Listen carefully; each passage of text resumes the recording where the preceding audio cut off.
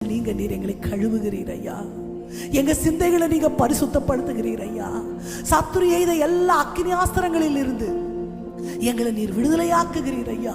உமது விடுதலையின் கரம் இன்றைக்கு எங்களுக்கு நேராய் நீட்டப்பட்டிருக்கிறபடினால நன்றி. உமது கண்கள் எங்க மேல நோக்கமாய் இருக்கிறபடினால நன்றி. இன்றைய நாள் எங்க இருதயம் உமக்குள்ளாய் ஒன்றரை கலந்தபடினால நன்றி ராஜா.